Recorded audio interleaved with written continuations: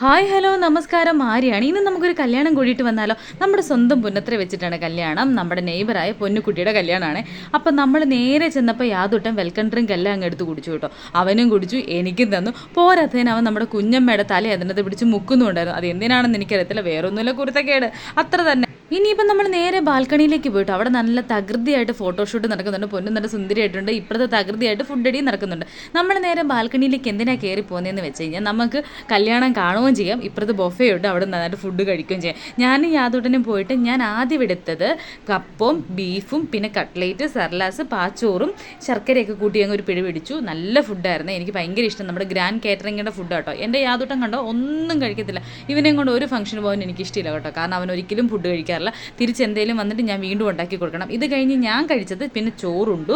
ചോറിൻ്റെ കൂടെ നല്ല മീൻകറി, കൊണ്ടാട്ടം, മോരുകറി, ചിക്കൻ, അടിപൊളിയായിരുന്നു. നല്ല ചൂടായതുകൊണ്ട് അകമങ്ങ് തണുപ്പിക്കാൻ നിർത്തിയൊരു ഫ്രൂട്ട് സലാഡൊക്കെ അങ്ങ് എടുത്ത് കഴിച്ചു കേട്ടോ.